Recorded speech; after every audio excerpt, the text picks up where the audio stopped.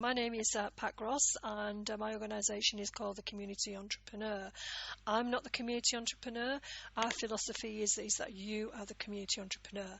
And what we want to do is to work with organisations such as those you belong to position yourselves left and front right in front in your community, so that you are taking a leadership role and getting those results that your community so rightly deserves.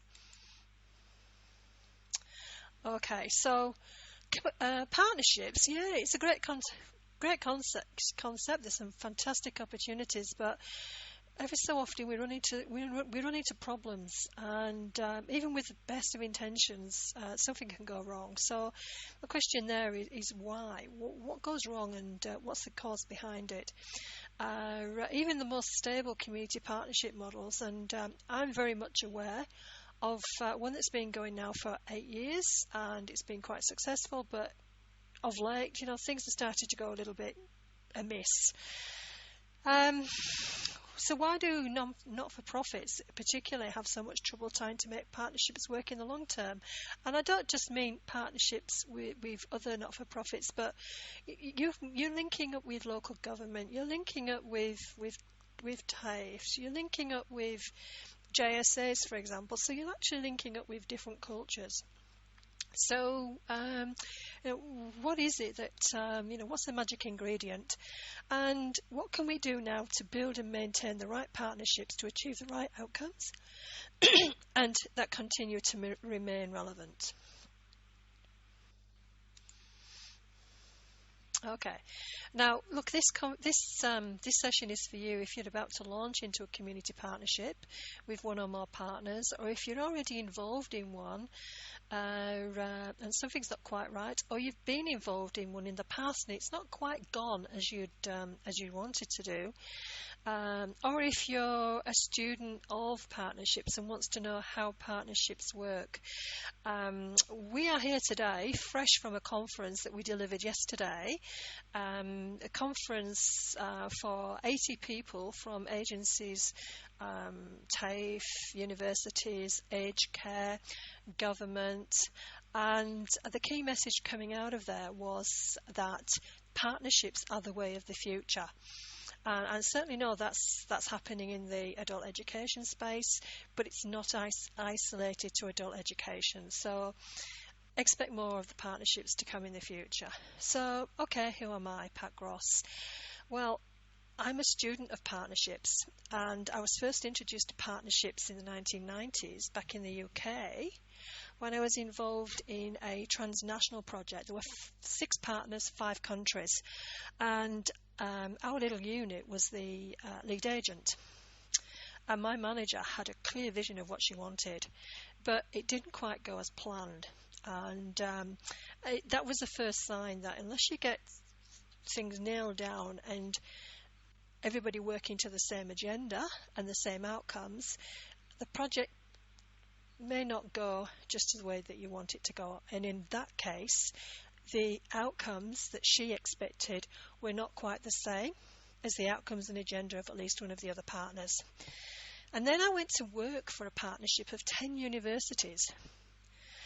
And that was an interesting experience in itself. And it was an example of a partnership model where the universities had created a limited company. So I've seen the extreme of a governance model, and that partnership, we're talking 15 years ago, and that partnership is still going strong today. So there was obviously structures in place which have stood the test of time. When I came over to Australia, I went to work in a regional office for adult community further education, and I set about building partnerships between adult education providers, the TAFE colleges and community. And if people are familiar with the skills stores of a few years ago, in the northeast Victoria, there were 2 skills stores run by 2 TAFEs, and those skills stores actually had adult education providers as partners. So anybody could walk into a regional adult education centre, and they could be assessed for their skills under a contractual partnership arrangement with the TAFE. So between the TAFE and the adult education providers, there was a very good geographic coverage. So that was an example of a partnership that worked during the lifetime of the policy that allowed for skill stores. And I've been involved in a range of partnership projects. Some have been very successful, some have been not so successful, and look, I know at least one that didn't go very well at all, and it certainly was a learning experience.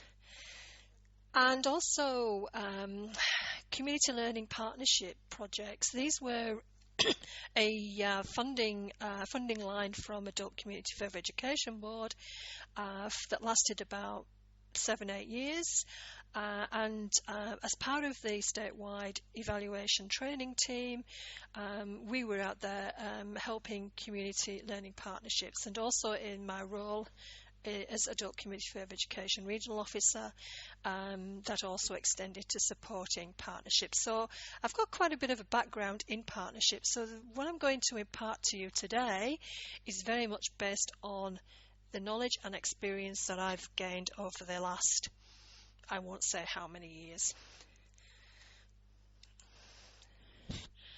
Okay, so what we're trying to do today is how to build a strong foundation so that your partnership survives the strongest of challenges, how to identify the kind of partnerships you're involved in and what to expect, how to take things to the next level at a pace that partners are comfortable with, and that's key, because I've seen projects fall over because of people moving at different speeds, and especially when you're working with autonomous organisations, to take things to the next level does impinge to some degree on your sovereignty, on your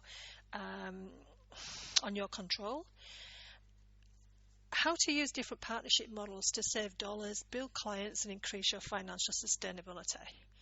And that's certainly where government policy is at the moment, is to trying to get people, organisations to partner so that you become more sustainable and that you survive the next few years. And then as a bonus, I'm going to give you a checklist on how to build a business case for a partnership proposal. And the partnership proposal should be for every single partnership that you put together. It's a business case. Okay, now the first and fundamental thing about partnerships is it has to be built on a strong foundation. And it doesn't matter, you could be 6 months, 12 months, 18 months down the line, and something can go wrong.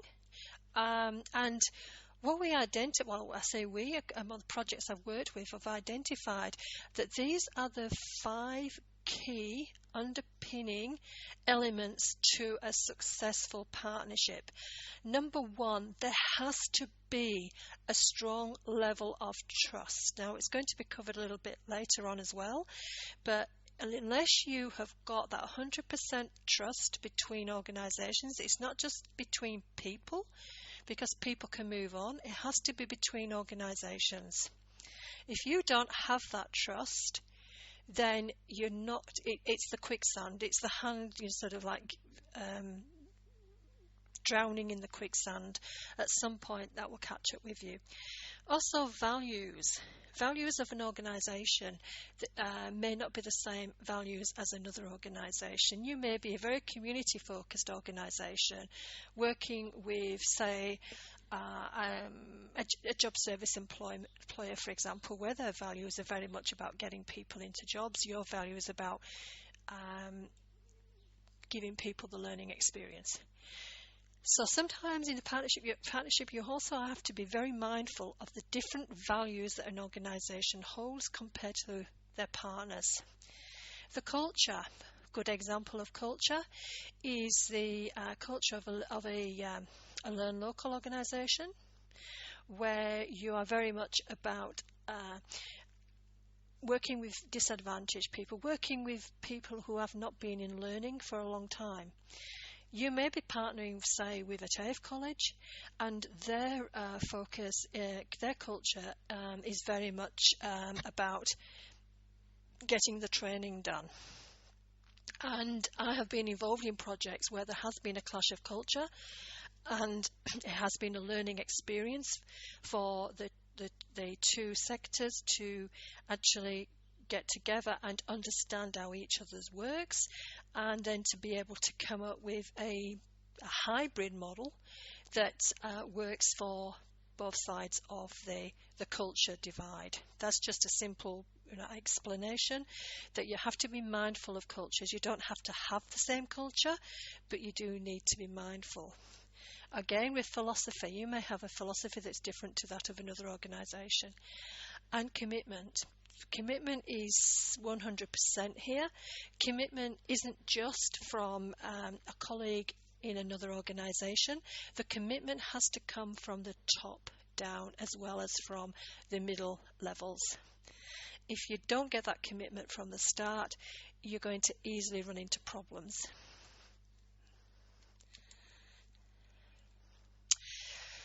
Okay, this is probably a game. I'd say this is a game you could play. I'll say using the word game, in that there are actually levels of partnerships, and each level of partnership requires a different level of trust.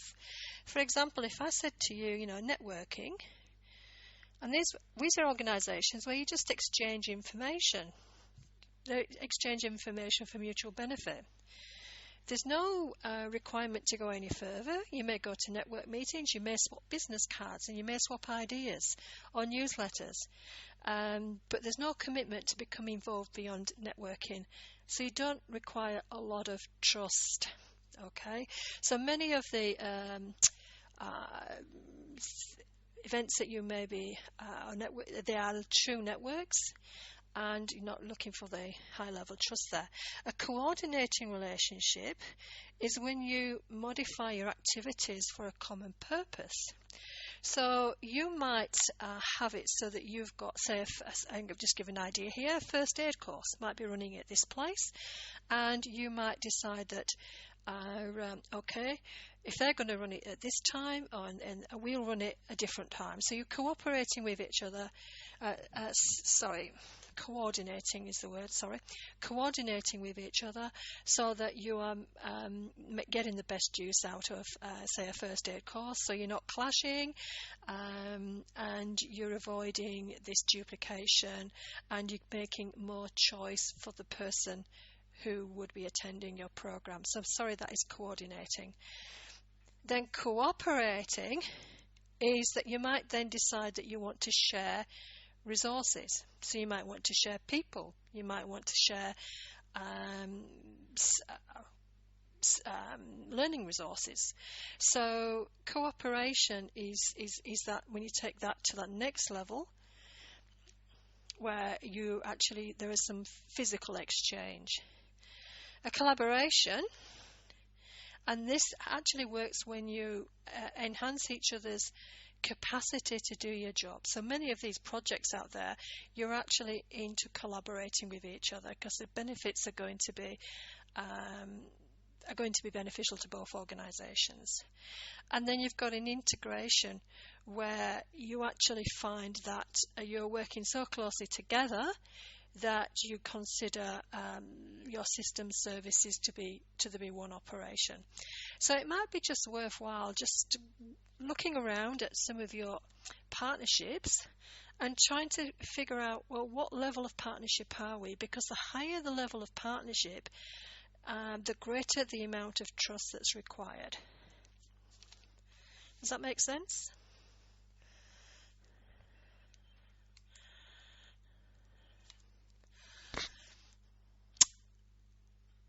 Okay. For any project activity, and especially for partnerships, the most successful outcomes are when you can clearly articulate the need. For what purpose? For what purpose are you, A, carrying out the project, and B, carrying out the project with partners? So it becomes a double whammy there when you're looking for the need. And can the proposed activity be achieved without partners? So that's actually really your acid test to work out whether you need a partner to do this, and what is the value that collaboration will bring to achieving the proposed activity. So it might be a good idea to get together with organisation A, organisation B, but unless you are very, very clear right from the beginning what that fundamental need is, then you are actually opening yourselves up to some different interpretations, which could then reflect themselves in the partnership. And if you're very clear about the need, if there's any potential issues, you can always go back to that core need. That's the reason for the partnership in the first place.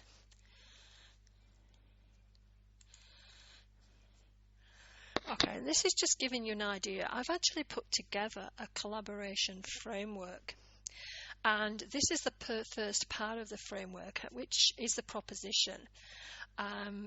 There is a need for the project. So what's the background? To the organisations, it could be organisation A, organisation B, C, D, E, as many as you need to have.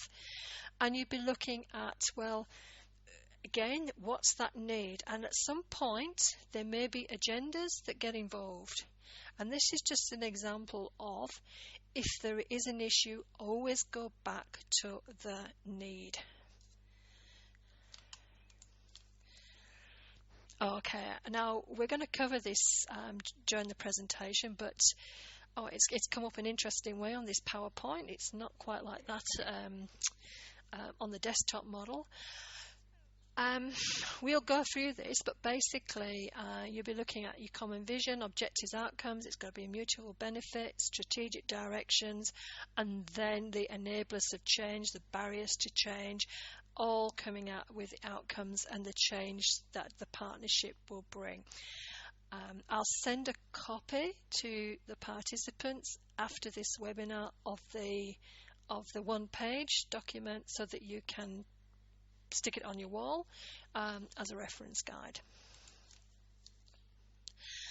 Okay, so if you're going into a partnership arrangement with anybody, there has to be a fundamental need.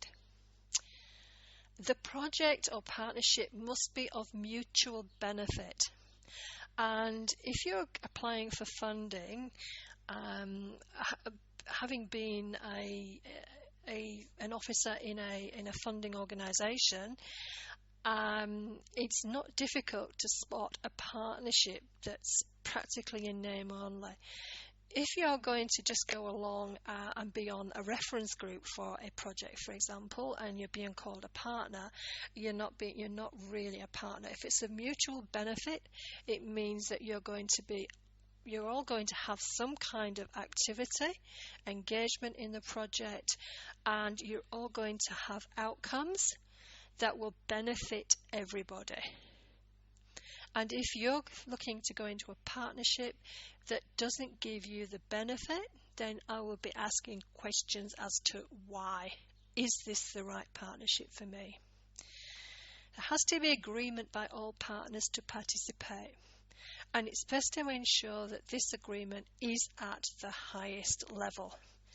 And I'm just wondering if that is actually an opportunity. It may be more relevant later on, but for Anthony, you were talking about what would need to be in a memorandum of understanding. And I'm just going to read out here the key points on a tick list.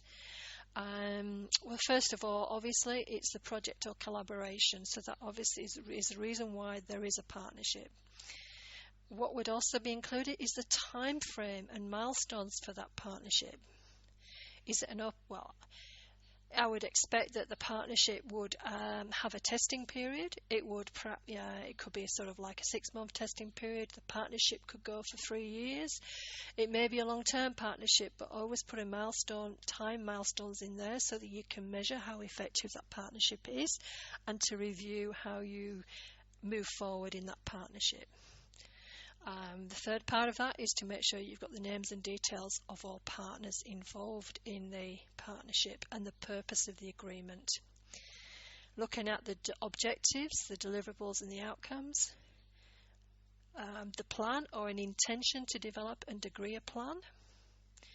The roles and responsibilities of each partner to the agreement. Who owns the intellectual property and copyright? Financial details, including arrangements for payments, indemnity and other insurances, reporting or review arrangements, arrangements for dispute resolution, renegotiation, termination of agreement, exploitation of ownership of outcomes and resources developed by the partnership, and the signatures. Now, I've just run through that for your purposes, but I will also send a copy out of that as a checklist. Going back to the slides, agreement by all partners to participate, and a good demonstration of that is to have a partnership agreement or a memorandum of understanding in place. They are basically the same document. You have to make sure that what you're proposing to do as a partnership fits with your own organisational, strategic and business plans. Otherwise, you're finding that you're going off on a tangent. Is it part of your core purpose? Is it what you should be doing? Is it using resources and time and energy that you should be using in your main activities? So, and also if it's in your strategic plan, it actually gives you a level of security in case staff change or committee changes, that you've got something there to say, look, this is our strategic direction, and this is going to assist with achieving our strategic outcomes. So always make sure that whatever you're planning to do in a partnership fits with your core purpose and your strategic directions. The project plan, as I said, is to be prepared and agreed by all partners and contributed by all partners. Contribute the time and contribute the resources. Because if you don't get that clear at the beginning, that's when you're going to find that somebody's going to be left holding the baby. And that's not what a partnership is all about. Agreement of financial investment required of each partner. Yes, it may be okay if there's a funding grant to get you started as seed funding, but what about the sustainability?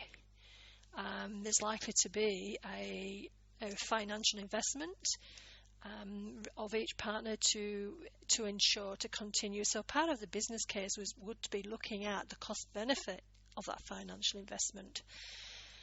And then I say agreement by senior level of all partners to support the project.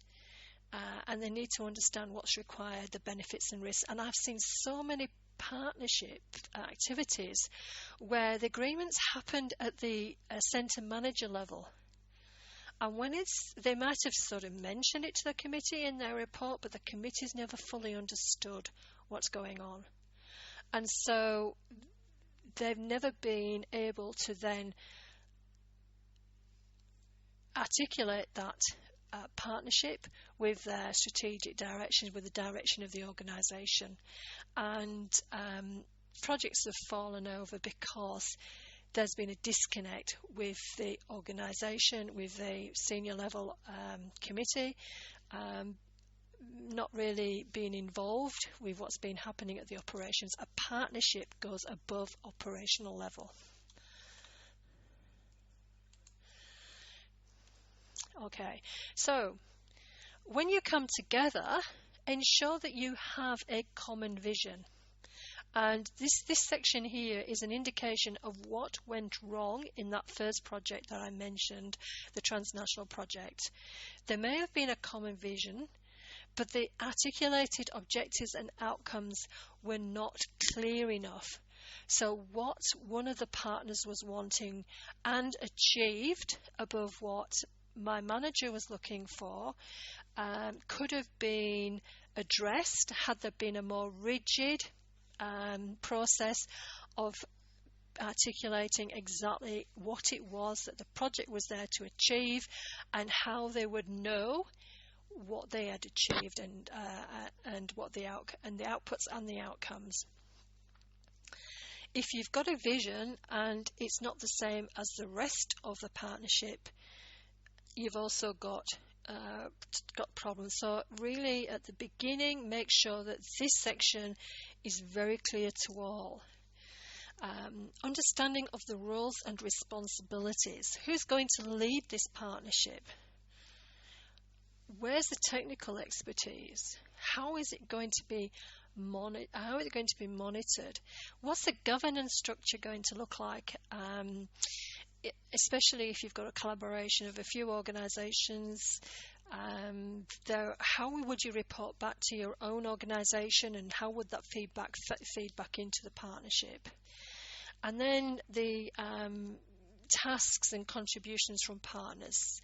What is it that the partners are being asked to do and to commit to as part of this partnership? And there we go, there's the Memorandum of Understanding. Okay, so when we talk about partnerships, we talk about partnerships for outcomes. So you may have some projects out there, or you may be developing resources, or you might be getting together to improve services. Or a partnership might be that you're going to be outsourcing. These are sort of economies of scale where you might be outsourcing to specialists I'm thinking here of perhaps you may get together to get somebody to do statistical reporting for you. Or it could be that you may have an accountant who could work with a number of organisations for economies of scale, again, to make things cheaper. Or you could be looking to co-locate. We call back of office, so that's your sharing services. You may be sharing tutors, you may be sharing staff, you may be sharing systems, the whole back of office operations. And then there's the governance, where you actually might be looking at merging with other organisations.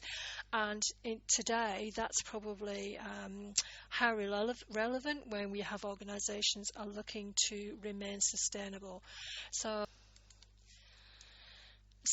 if you're going to actually build a business case, and we'll send this out to you, first of all, as I mentioned, what is the business need? What is the issue? Number one, can you actually articulate what the evidence of this need is? It's not something, it's a good idea. Is there really a need to do this? And then have a look about, let's do a bit of visioning here, and what will our future business needs look like? Again, it's part of why we're doing this. If you want to be sustainable, you need to know what your needs will be in the future. And what is the most crucial need that we must address? So you're actually honing down to the real need, the one need that you must address. And then look at the business benefits of addressing this need. Because at the end of the day, it is about improving your bottom line, whether your bottom line is your profile, whether it's your engagement, participation, whether it's your financial sustainability. There will be a business need, a business benefit. And why a partnership arrangement would be preferable to other options. So what other options would there be out there, and why this one is the preferred option? And then what are the other potential benefits that a partnership could offer? How do we envisage that this partnership might work? Again, is it a collaboration? Is it co-location? Is it a merger? Is it a combination, as we've just explored? What are the outcomes that we are looking for? What will be in the scope of this arrangement? What will not be in the scope of this arrangement? What are the resource implications? What are the people, infrastructure, facilities, financial resources? A good one here, what is the cost of the investment versus the cost savings over time? So what is the net benefit? And what are the risks to the organisation if the proposed partnership is not entered into? So if you're going to enter into a partnership, I will be looking at these questions to be very clear as to why this partnership is the right arrangement for you. Yes? Okay.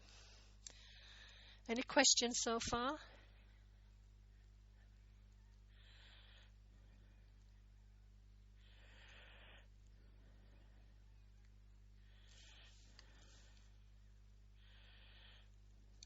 I can see that, I think Kathy was writing a question there.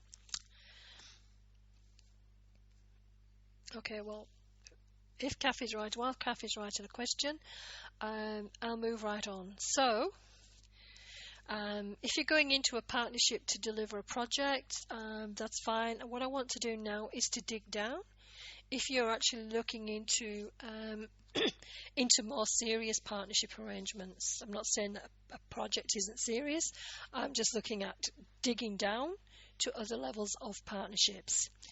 And in other levels of partnership, you'll be looking at,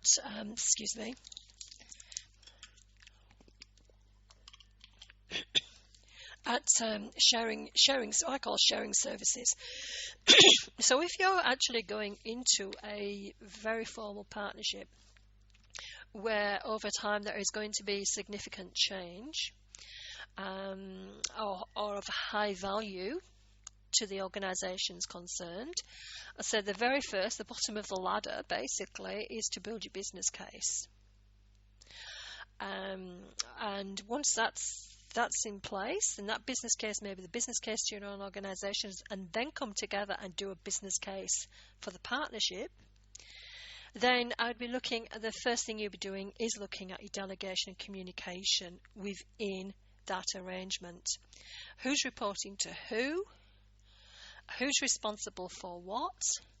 And you clearly then have got clear communication guidelines. There's no blurring of the edges, and you've not got people sort of shortcutting the process if they're not happy with a situation. It's like any other formal arrangement, there will be a policy process in place. Delegation and communication is one of the fundamental steps. You may then, if you're actually and this is from experience of a couple of shared services projects where we had a group of organisations came together and they wanted to work smarter, and they wanted to look at various options that they could do to share across what they were doing. And it was a very interesting experience because I think I mentioned at the beginning, time is important, and the trust. Because of working with autonomous organisations, to go straight to the integration or straight to a merger or whatever is going to automatically create a backlash from people within your own organisations, for example. And what we found was if you do want to create over time a more solid partnership, you're better to start at that top level of least risk.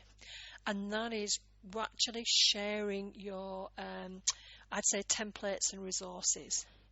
It's not perceived as being threatening.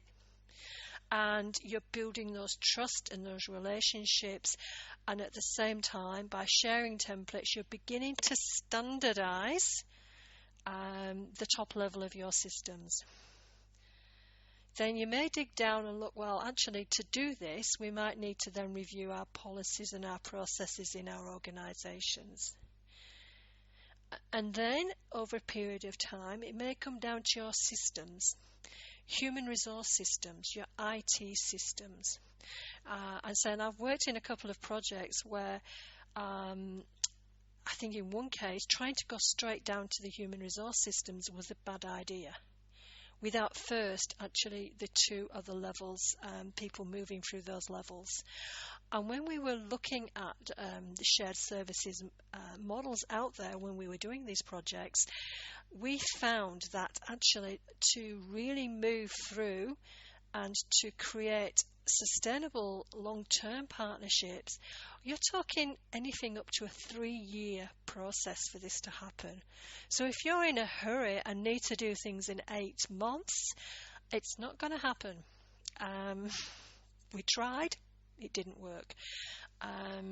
Really, it's a process over time. It's a process of developing trust. It's a change. It's organizational change. Unless with all change management, there's an imperative to change and change now. It's the process has to come over a period of time. Yes. And then, if you're then looking at full integration, that is definitely the top level, the level that you cannot really reach unless you have been through the different levels of the ladder.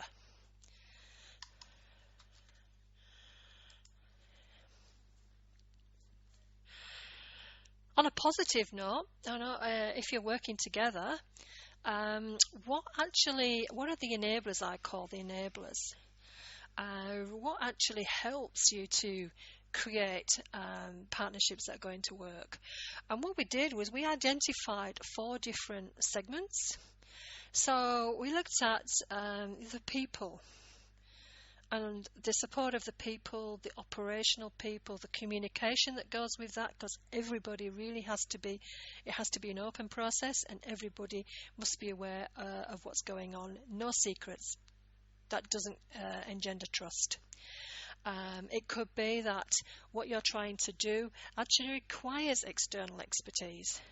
You may not have that expertise amongst you, or it might be there's a conflict of interest. So sometimes when it comes to enabling any kind of partnership, you may need that external expertise to ensure that there is a smooth transition. Resources. Time, as I mentioned, don't rush things. If you rush things, then you're doing that at the risk of some of the foundations that we mentioned earlier. Trust being the paramount. Resources in dollars. Yes, it's good if you've got access to seed funding to enable this to happen, but also if you can't do that, then you are looking at contributions from the partners, and in that case, as we said, there has to be that commitment right from the beginning, and the foundations. Okay, IT solutions. How you're going to communicate your software, your hardware, and also when we talk about IT solutions, more sophisticated when you're looking at, say, shared human resources or shared data systems. Once you've got those in place, there is an enabler of change happening there. And then, of course, your systems themselves, financial data, HR processes, policies and procedures. Work through them, and then you're enabling that change to happen. So what can go wrong? And this goes wrong in a lot of partnerships.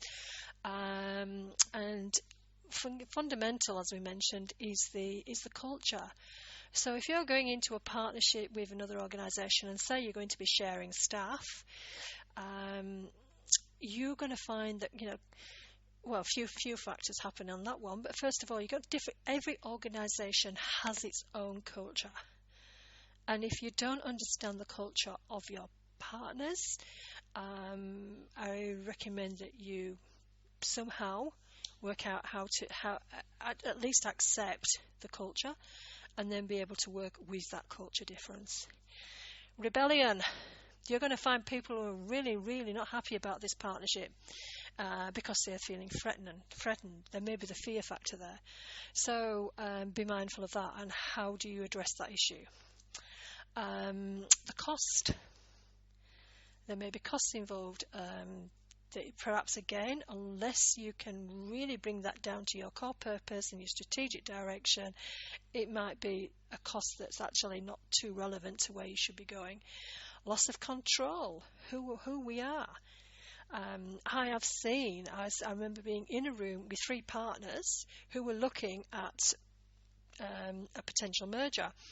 I wasn't there for that purpose, but at the end of the meeting, I said to the lead person, I said, do you realise that you've got a dissenter in the room already? And this person didn't believe me.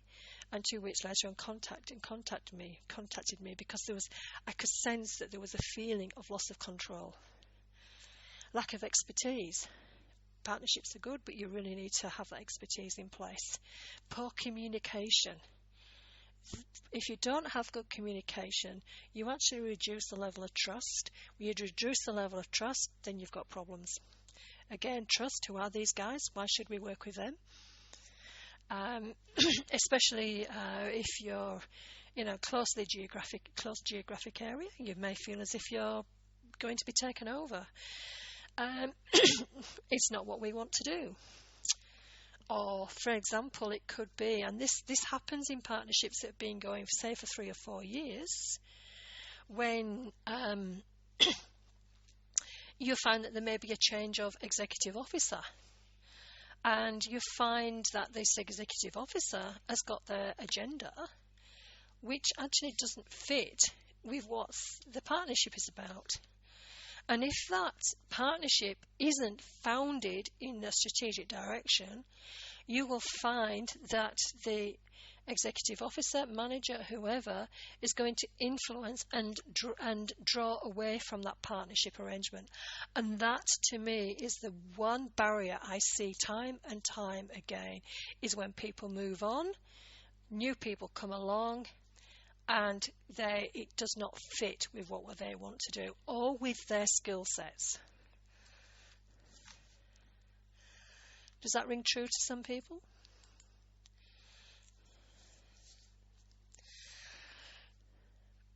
Okay, so yes, if you're really wanting effective change to happen, there has to be a purpose and need, which we've mentioned before: proposition, the framework for change, a strategic direction, your vision, and it's got to be signed by all partners. There has to be leadership, roles and responsibilities. There has to be communication to plan and execute the partnership. Cooperation, ways to encourage ideas and feedback so everybody's engaged. That transparent, level playing field. There's no secrets. Evaluation. Evaluate the new systems, evaluate the new templates, and evaluate the new resources, because what might fit for one partner may not fit for another, may need tweaking. So always build in an evaluation to make adaptations, because it's not a one size fits all. If it works for these guys, it's not going to work, it's not necessarily going to work for these guys. So build in that evaluation of what you introduce. Make sure you've got recognition so that staff feel as if they are actually part of the process. Assist them to sort of reward them. Give them, if you're going to make an announcement, do it over a luncheon or something.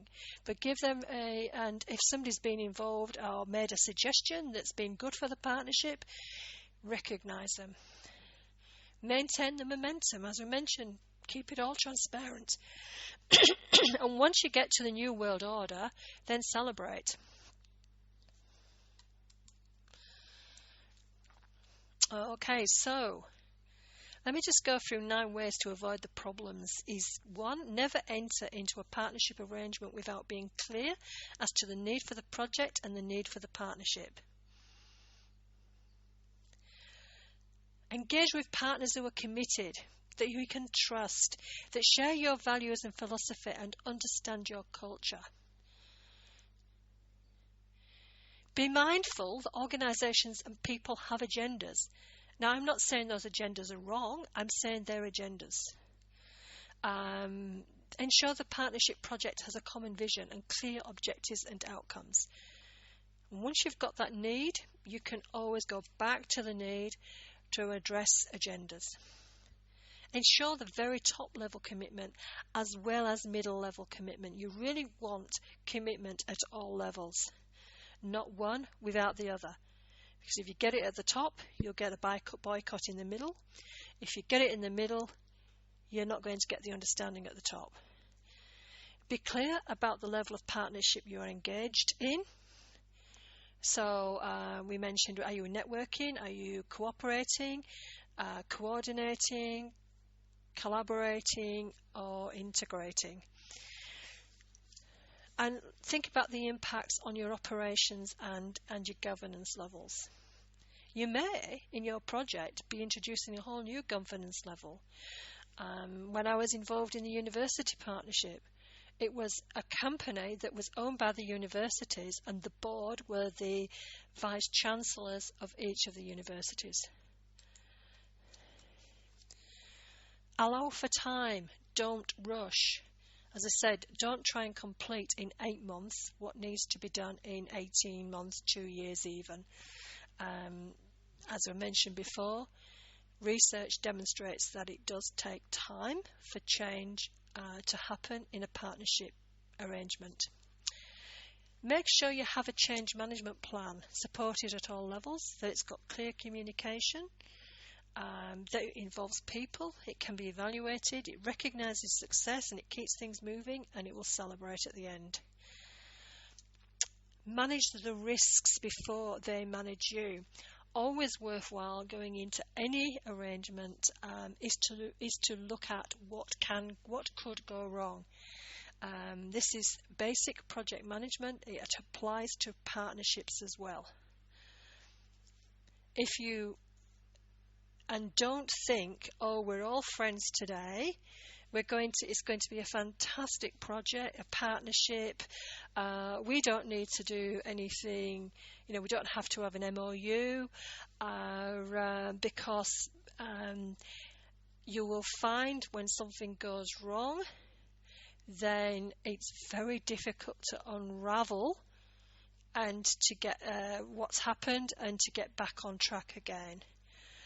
And I've seen examples of that happening when people really, really go in with that camaraderie, and then further down the line, because it's very personality driven, and if it's very personality driven, it just takes somebody on a bad day or take something wrong, and the whole thing it's like a house of cards. Take one piece away and everything could fall down. One card away, everything falls down. And then benchmark the need and evaluate the partnership to do things better next time. Learn from your experience and take it forward. And in fact, it's very useful to actually evaluate the partnership as you go along as well.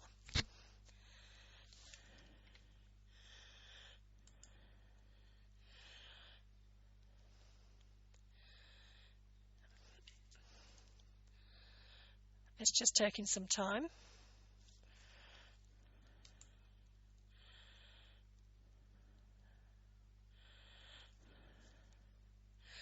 Okay, so look forward. Never lose sight of the need.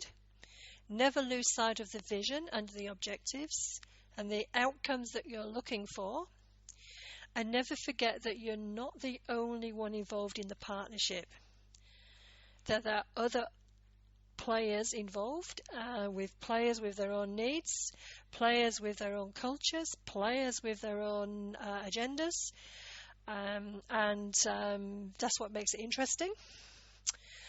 Be flexible, be active, don't sit back and let somebody else take control. Be committed, consider the needs of the other partners, be inclusive, and plan to succeed. Have that vision in place, and you know exactly where you're going, and you know what needs to be done, and you know how you're going to do it. So what we've done is we've explored the foundation of a strong partnership. Any partnership, make sure you've got the trust, you've got the commitment, philosophy, values, culture in place. Work it out. I mean, if anything goes wrong, go back to those foundation blocks and see if they are the reason why, underpinning something has not quite gone to plan. Make sure that in that foundation that you've got a very strong, clear view of what the need is, and that need has got evidence behind it. It's not a need that's nice to have. There really is a need for the activity and a need for the partnership. Common vision, objectives, outcomes and direction. You've identified the kind of partnership that you're going to be involved in, and the commitment that you want to expect from the partners. If your partners can't commit, then you need to be looking for other partners to be able to achieve what you want to achieve. Examine the different levels of partnerships and how to take them to the next level. The change management process to keep everybody on track, and we've provided a business case template to determine the net benefit to your organisation.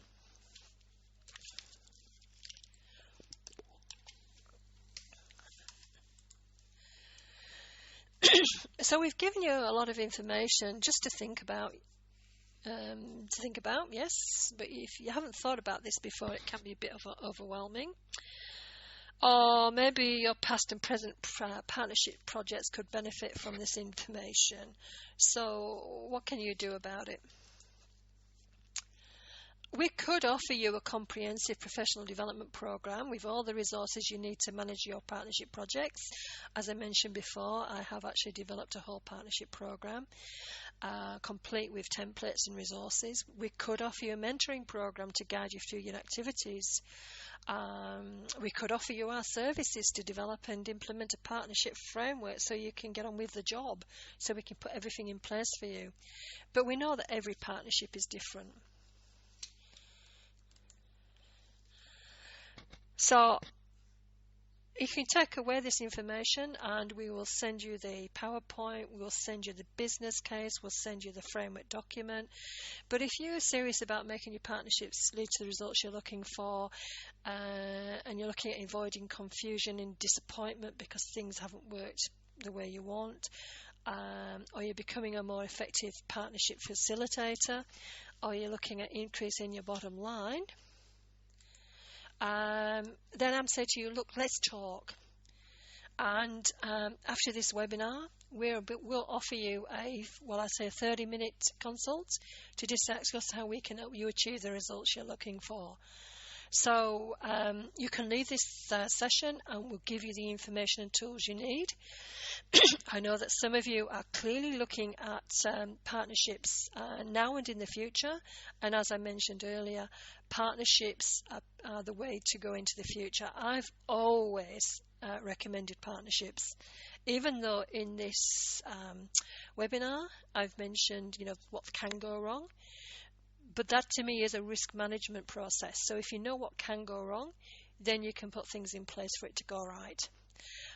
So if you are interested in a follow-up conversation with us and how we can help you, then contact us at support@thecommunityentrepreneur.com. You'll also have our details on the email. Look, you could look for support elsewhere. You could rely on existing resources, skills and goodwill until a problem happens or staff change. And you could keep on learning from experience. Why continue to repeat the problems or come up against new ones that take away time, energy and enthusiasm if there's a way that we can help you to do things better? You could, as I said, there's lots of things that you could do. So why are we offering this to you? Well, we're looking for... Yes, we are. I've just noticed here that reinforces the need for the common vision we are working towards in our partnership. That's the comment from the chat box, and yes, it has to be that one voice. If you're not clear at that point, then, as I said, it opens the door for changes to happen which are not what everybody is looking for. So yes, we're looking for people who are truly interested in developing the partnership skills, and we're committed to working with people like you to get results that we can promote. So we'd like to know how you go and how we can help you, and then be able to use you as case studies. And we want you to succeed. So look, if this is you, then contact us today at support@thecommunityentrepreneur.com, and we look forward to talking to you.